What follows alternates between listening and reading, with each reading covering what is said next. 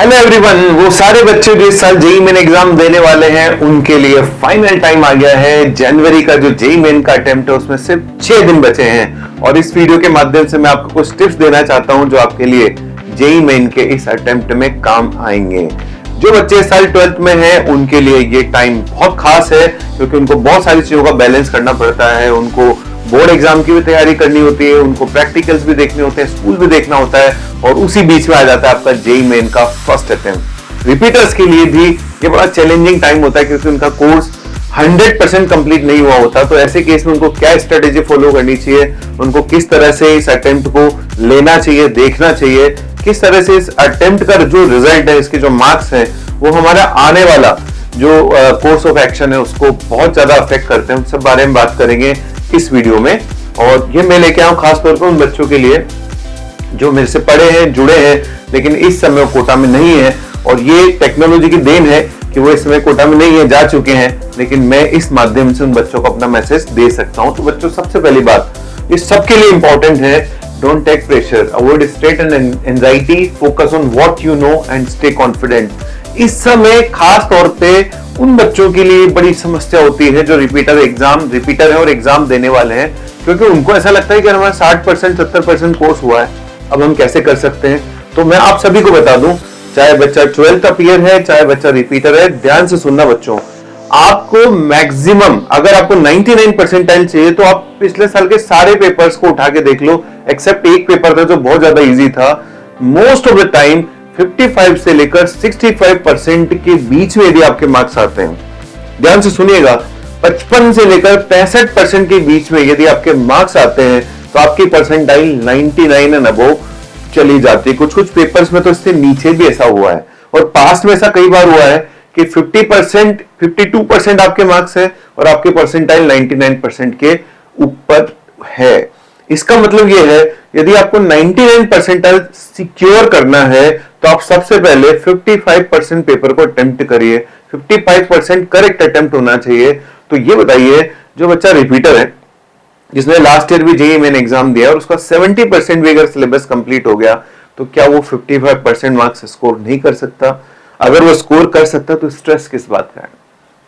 जो आता है उसको अच्छे से करना है और जो नहीं आता उसके बारे में ज्यादा ध्यान नहीं देना। उसके लिए मैं आपको बताऊंगा कि क्या करना है, ताकि because you are repeater, you know, थोड़ा बहुत आप ऑलरेडी जानते हो, तो आप कैसे उन चीजों को रिवाइज कर सकते हैं आगे हम डिस्कस करेंगे। लेकिन मेन चीज ये है बच्चों कि आपको इन 6-7 दिनों में किसी तरह की कोई स्ट्रेस नहीं लेनी है।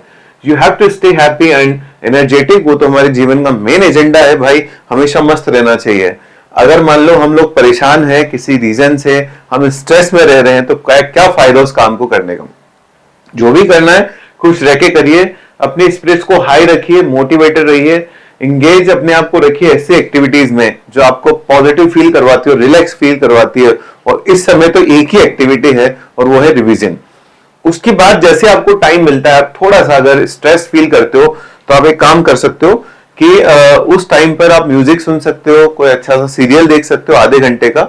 मतलब अपने आपको ऐसी एक्टिविटीज में इन्वॉल्व करना है जो आपको स्ट्रेस फ्री करवा सके। You have to remain focused and composed. This is very important. जब कोई बड़ा इवेंट होने वाला होता है, जब हम किसी बड़े एग्जाम की तैयारी कर रहे होते हैं, तो हमारा अपना कंपोज होना बहुत जरूरी होता है बच्चों, क्योंकि अगर हम ही घबरा गए तो फिर वो एग्जाम जो है वो डेफिनेटली उस तरह का नहीं होगा जैसा हम सोच रहे हैं। देखो, एक चीज याद रखना, जेईई मेन का जो जनवरी वाला अटेम्प्ट है वो सबके लिए चाहे वो रिपीट कर रहा हो, चाहे वो 12th क्लास का बच्चा हो, सबके लिए विन विन सिचुएशन है। आपको बताऊंगा आगे क्यों।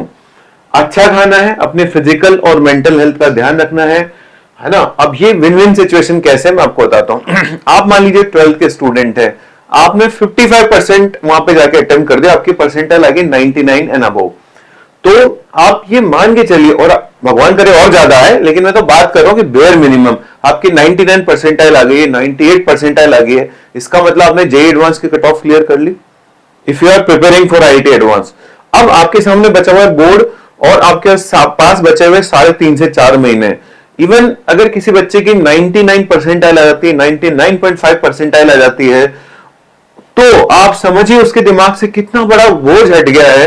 वो अप्रैल अटेम्प्ट की तैयारी करेगा, लेकिन उसको इतनी टेंशन नहीं है क्योंकि उसका कट ऑफ ऑलरेडी क्लियर हो चुका है, वो अभी से एडवांस की तैयारी कर सकता है। जनवरी के एंड से लेकर के मई तक एडवांस के लिए उसको टाइम बचेगा, क्योंकि मैं जानता हूं जिस बच्चे के 99 परसेंटाइल एंड अबव आ रहे हैं, इसका मतलब उसकी बोर्ड की प्रिपरेशन ऑलरेडी अच्छी है।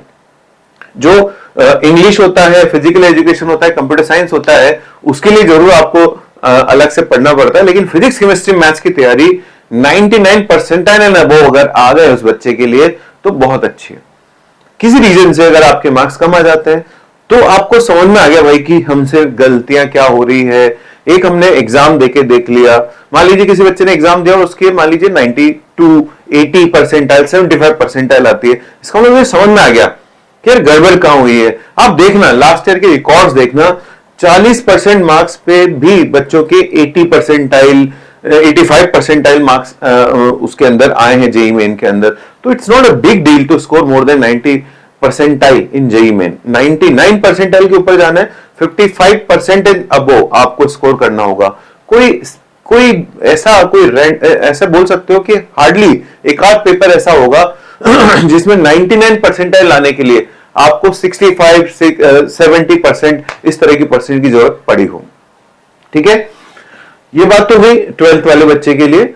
अब रिपीटर की बात करते हैं। रिपीटर के लिए क्या है बच्चों, ये एक तरह से आईना है कि आपने ऑलरेडी लास्ट ईयर भी जेईई मेन के 2 अटेम्प्ट दिए थे, आपने 60% कोर्स कंप्लीट कर लिया, कुछ बच्चों ने 80% कोर्स भी कंप्लीट कर लिया होगा।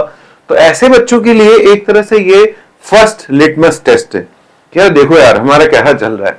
सोचो अगर आपके यहाँ पे 99 परसेंटाइल आ जाते हैं, which means that you have scored more than 55%, इसका मतलब आपका एनर्जी लेवल किस लेवल पे होगा आप अंदाजा नहीं लगा सकते कि आप कितने कॉन्फिडेंट फील करोगे। तो रिपीटर के लिए भी विन विन सिचुएशन है। उसका एक लिटमस टेस्ट हो गया जनवरी में ही, उसे पता चल जाएगा कि उसे करना क्या है और किस तरह से आगे की स्ट्रेटेजी रखनी है। यू हैव टू, अब ये तो बात हो गई विन विन क्यों है। मान लो एक रिपीटर बच्चा, उसके मार्क्स कम आ गए तो उसे पता चल गया यार मेरे को थोड़ा सा और मेहनत करनी पड़ेगी, मेरे पास अभी 3.5 महीने हैं, क्योंकि फेब मार्च और अप्रैल 3.5 तो नहीं 2.5 महीने का टाइम है। 2.5 महीने में मुझे और किन टॉपिक्स पे फोकस करना चाहिए। हमें अपनी कमजोरियां पता लगना भी अपने आप एक बहुत बड़ी जीत होती है, और एग्जाम का जो मकसद होता है यही होता है कि हमें या तो अपनी कमजोरियां पता लग जाए या हम जीत जाए। तो या तो हम जीत जाएंगे या फिर हम सीख लेंगे, दोनों में से कोई ना कोई एक चीज होनी है। इसीलिए ये जनवरी अटेम्प्ट हमेशा विन विन सिचुएशन रहता है।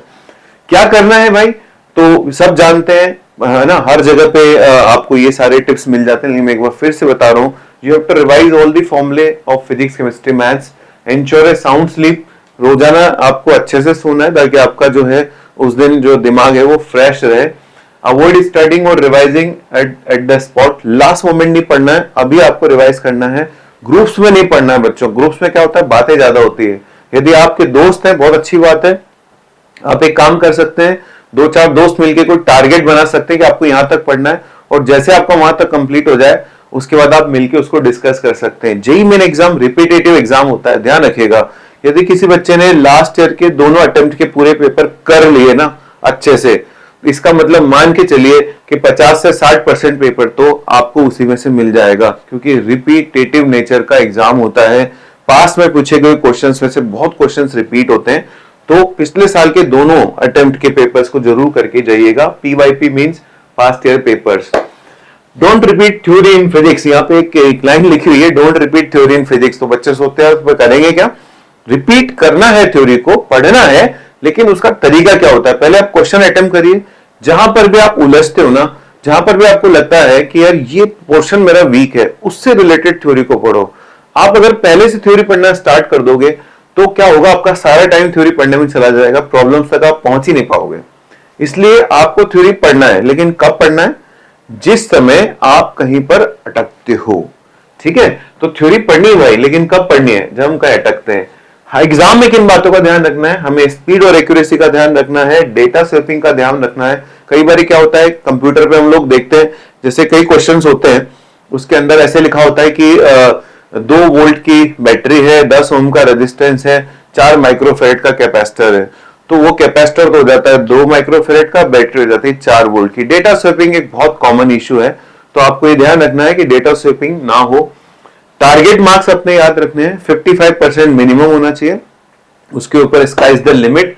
उसके अलावा पेपर में ये ध्यान रखिएगा बच्चों कि हमेशा अपने बेस्ट जो अपना फेवरेट पोर्शन है वहां से स्टार्ट करना है। मान लीजिए आपको केमिस्ट्री पसंद है तो केमिस्ट्री से स्टार्ट करिए। उसके अलावा मेरा अनुभव है कि पिछले सालों में, पिछले 8-10 सालों में जब से मैं जेईई मेन एग्जाम को देख रहा हूं, मैंने देखा है कि इनके जो इंटीजर्स आते हैं ना बहुत आसान आते हैं। ठीक है, और अगर इंटीजर्स आसान है तो हमारे लिए बहुत अच्छी बात हो जाएगी। दूसरा, अभी रिसेंटली एक नोटिफिकेशन आया था जिसमें यह आया था कि अब ऑप्शनल क्वेश्चंस नहीं रहेंगे, तो बहुत अच्छी बात है। नहीं रहे हमें कोई मतलब नहीं, रहते थे तो ये रहता था कि हमारे पास उन 10 क्वेश्चंस में चॉइस रहती थी, लेकिन यहां मैं आपको बताना चाहता हूं कि वो क्वेश्चंस वैसे ही बहुत ईजी होते हैं।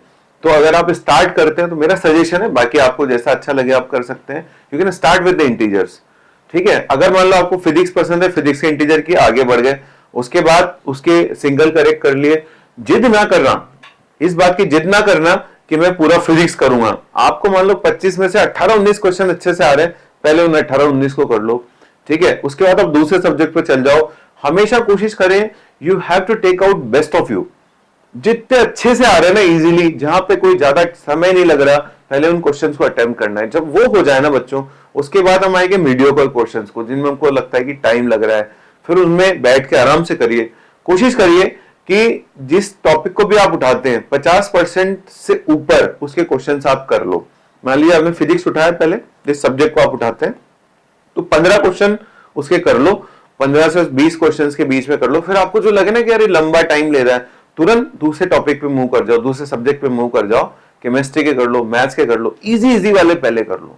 यदि आपने इजी वाले क्वेश्चंस भी कर लिए ना बच्चों, तो आपके ऑलरेडी जो आप सोच रहे हो उससे ज्यादा मार्क्स आ जाएंगे। आपका 99 परसेंटाइल अबव जनरली टारगेट रहता है सेफ साइड के लिए, अच्छे एनआईटी के लिए बोल दो, या ये बोल दो कि साहब जेईई मेन का जो एडवांस का जो कट ऑफ होता है वो क्लियर करना है, वो तो काफी लो रहता है इनसे, लेकिन फिर भी आप एकदम सेफ रहोगे। So these are some tips. और इसके अलावा जैसे फिजिक्स में अगर मैं बात करूं बच्चों, तो कुछ टॉपिक्स का खास ध्यान रखें, उनको अच्छे से रिवाइज करें। Electrodynamics is very important. Mechanics में जनरली फॉर्मूले बहुत इंपॉर्टेंट होते हैं। सेंट्रोमास के सारे फॉर्मूले हो गए साहब, मोमेंट ऑफ इनर्शिया के फॉर्मूले हो गए। हीट एंड थर्मोडायनेमिक्स 10% के आसपास का वेटेज होता है, उसको अच्छे से रिवाइज करके जरूर जाना है। उसके अलावा वेव्स में मोस्टली ना 2-3 सवाल आते हैं, जिसमें एसएचएम हो गया, आपका लाइट वेव्स हो गया, है ना, साउंड वेव हो गया, स्ट्रिंग वेव हो गया। तो ये जो मोर ज्यादा स्कोरिंग टॉपिक्स हैं वो मोस्टली यही है बच्चों। मॉडर्न फिजिक्स हो गया, वेव्स हो गया, आपका इलेक्ट्रोडायनेमिक्स हो गया, मैकेनिक्स हो गया। अब आप बोलोगे आपने सारे टॉपिक्स के नाम तो ले ही लिए, तो मोरलेस है तो सारे टॉपिक्स ही, लेकिन आपको ये देखना है कि लास्ट ईयर का जो पैटर्न था उसमें कौन से टॉपिक से ज्यादा क्वेश्चंस पूछे गए थे। तो बस देर किस बात की है, अपने आप को मोटिवेटेड रखिए, आने वाले 6 दिन अपने आप को रिलैक्स रखिए और तैयारी करिए। I wish best of luck to all of you. मुझे उम्मीद है कि आप अच्छा ही करोगे, अच्छा ही होना है। अगर कोई चीज ऐसी होती है जो हमारे आउट ऑफ द फ्रेम थी, आउट ऑफ द ड्रीम थी, तो उस बात को नेगेटिव तरीके से नहीं लेना है। हमको ये सोचना है कि यार उस चीज से हमको कुछ ना कुछ सिखाया है, हमेशा आगे बढ़ते रहना है। Okay then, thank you very much, love you.